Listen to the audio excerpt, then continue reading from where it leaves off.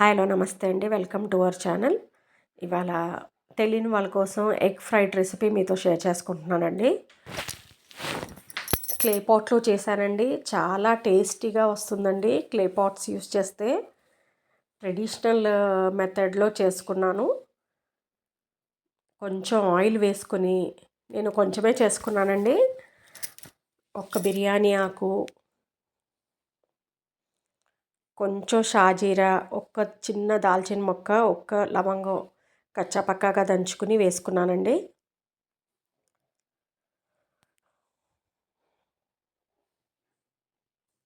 ఒక ఆనియన్ తీసుకున్నానండి.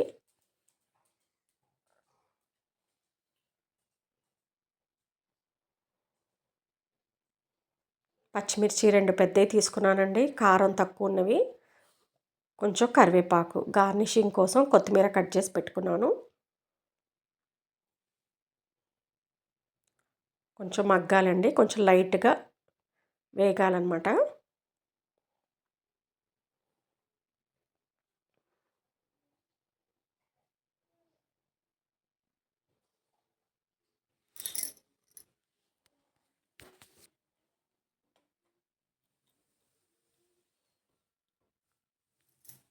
కాస్త పసుపు అండి, ఇది పసుపు ఆప్షనల్ అండి, వైట్గా ఉన్నా బాగుంటుంది.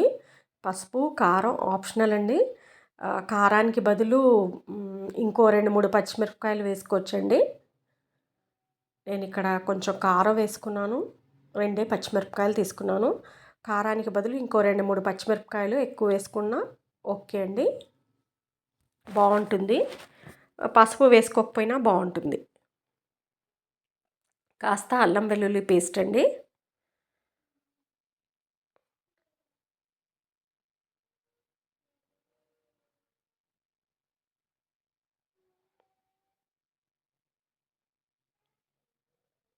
ఇంకొంచెం కారం వేసుకున్నానండి నేను. మీకు రుచికి సరిపడా ఉప్పు వేసుకోండి, నేను ఇంత వేసుకున్నాను. తర్వాత ఎగ్స్ అండి, ఎగ్స్ వేసుకుంటున్నాను. నేను ఇక్కడ 3 ఎగ్స్ తీసుకున్నానండి, కొంచెమే రైస్, 3 ఎగ్స్ తీసుకున్నాను.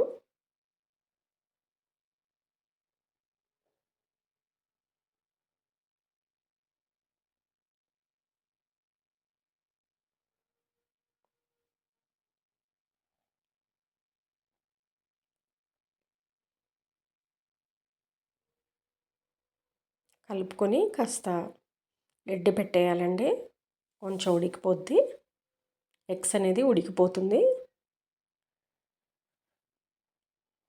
ఉడికిన తర్వాత మనకి ఎంత కావాలంటే అంత రైస్, అంటే మనకి ఎంత తీసుకున్నామో దాన్ని బట్టి రైస్ కలుపుకోవాలండి. నేను కొంచెమే చేసుకుంటున్నాను ఇక్కడ రైస్. నేను ఇక్కడ కొంచెం మెత్తగా చేసుకున్నానండి రైస్, కాకపోతే మెత్తగా అవసరం లేదు. బాస్మతి రైస్ కానీ నార్మల్ రైస్ అయినా కూడా మెత్తగా చేయని అవసరం లేదు. నేను ఇక్కడ మెత్తగా చేసుకున్నాను, కొంచెం కొంచెంగా కలుపుకోవాలన్నమాట. లాస్ట్లో మీకు కావాలంటే గరం మసాలా యాడ్ చేసుకోవచ్చండి. నేను ఎక్కువ స్పైస్ వేయలేదు ఇక్కడ, గరం మసాలా కూడా నేను ఇక్కడ యాడ్ చేయలేదు. కాకపోతే పెద్దవాళ్ళు తినేటట్టయితే గరం మసాలా వేసుకుంటే బాగుంటుందండి, కొంచెం స్పైస్గా ఉంటుంది. లాస్ట్లో కొత్తిమీరతో గార్నిష్ చేసుకుంటే easy and tasty egg fried recipe ready అవుతుందండి. నచ్చితే లైక్, షేర్ అండ్ సబ్స్క్రైబ్ చేసుకోండి. థ్యాంక్ యూ అండి.